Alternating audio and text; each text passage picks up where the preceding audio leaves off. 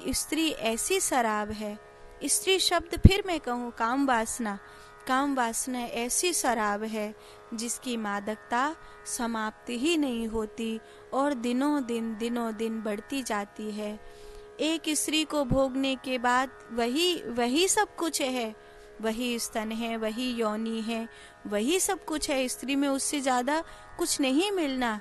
लेकिन फिर दूसरी स्त्री को भोगने की लालसा, फिर तीसरी स्त्री को भोगने की लालसा, और यही चीज़ें जब स्त्रियों में आने लगती हैं तब तो उसे घोर कलयुग कहने लगते हैं कि एक पुरुष को भोगने के बाद दूसरे पुरुष को भोगने की लालसा, तीसरे पुरुष को भोगने की लालसा, कि ये मुझसे प्रेम नहीं करता, इससे ब्रेकअप कर लिया, वो मुझसे प्रेम करता है, उसी के साथ फ्रेंडशिप बना ली।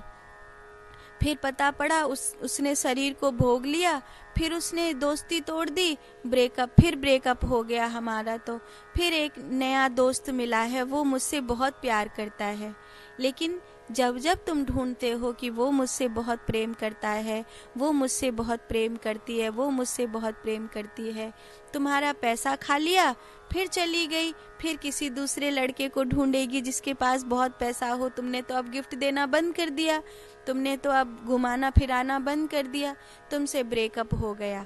अब उसके पास जाएगी जो अब फिर अच्छी गाड़ी लाएगा, घुमाएगा फिराएगा, बहुत सारे गिफ्ट देगा, जिसके पास बहुत सारे पैसे होंगे। लेकिन फिर धीरे धीरे पता चलेगा कि ये भी सही नहीं है, तो उसको भी छोड़ देगी, फिर दूसरे के पास चले जाएगी। यही काम स्त्री कर रही है, यही काम पुरुष कर रहे हैं। तो ये जो मादकता है ये तो उतरती भी नहीं है, और ये ऐसा नशा है जिसमें मनुष्य का बर्बाद होना सुनिश्चित है, उसकी बर्बादी को कोई मिटा नहीं सकता है। मद्यपानं महापापं नारी संगस्तथैव च तस्मात् तत्त्वं परित्याज्य तत्त्वनिष्ठो भिवेन्मुनिः।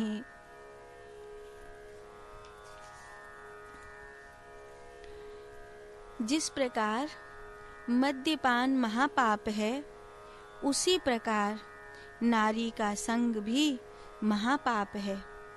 इसीलिए दोनों का परित्याग करके मुनि को चाहिए कि वह आत्म तत्व में निष्ठा करने वाला हो, आत्म तत्व में निष्ठा करने वाला हो।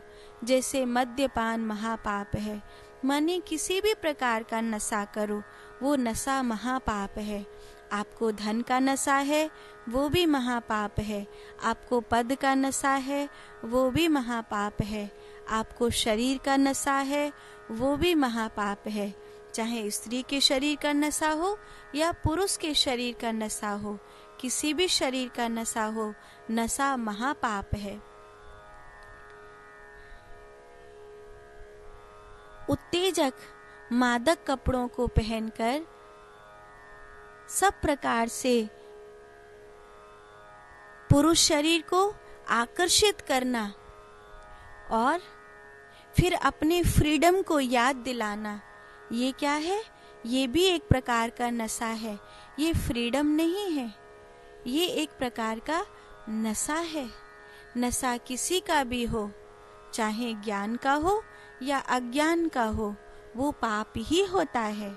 ये आपको ध्यान रखना चाहिए। तो जैसे नशा मद्यपान पाप होता है, आपने चाहे जौ की शराब पी या गुड़ की या महुए की, क्या फर्क पड़ता है? आपने नशा तो किया। आपने ड्रग्स लिया या भांग पी, आपने नशा तो किया। नशा किसी भी प्रकार का हो, नशा तो नशा है। वो आपने गुटखे से लिया या तंबाकू से लिया, नशा तो नशा है।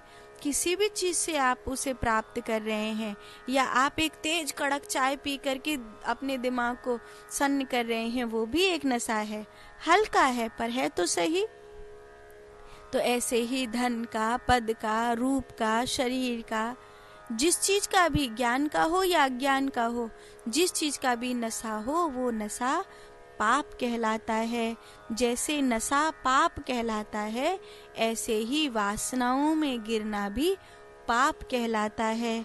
अगर आप उस महापाप में जा रहे हैं जो वासना, काम वासना है, स्त्री के संग हो या पुरुष के संग हो, आप अगर उस काम वासना में, उस नारी के संग में जा रहे हैं, तो फिर